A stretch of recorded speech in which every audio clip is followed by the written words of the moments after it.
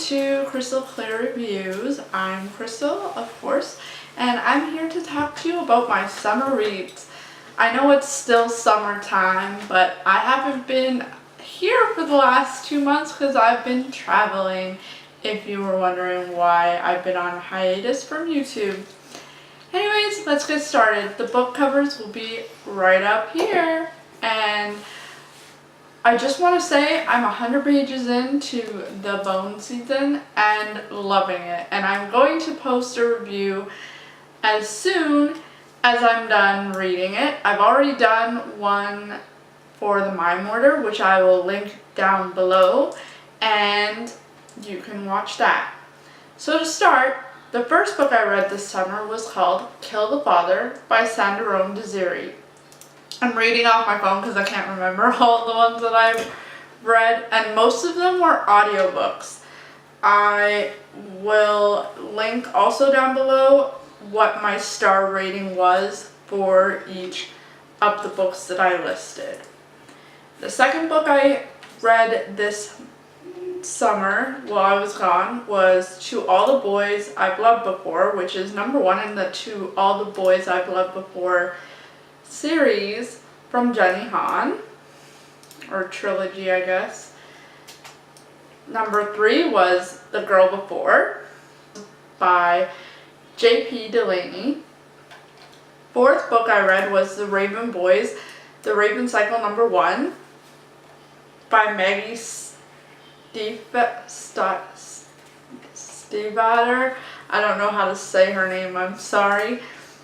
Number 5 was P.S. I Still Love You by Jenny Han, which is the second book in the To All the Boys I've Loved Before series. Number 6 was Psycho by Robert Bloch.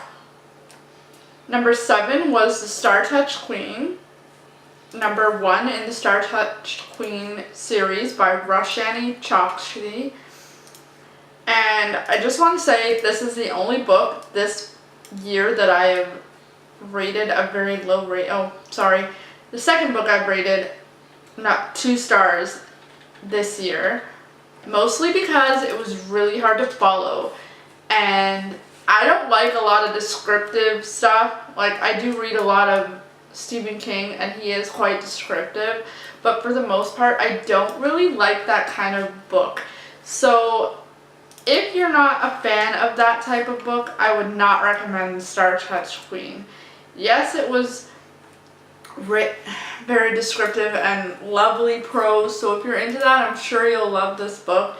But for me, it wasn't for me, and I won't be continuing with this series because I did not like the first book. And having said that, I listened to it on audiobook, so it was much harder to follow on audiobook, and it just was not jiving with me because I didn't really understand it,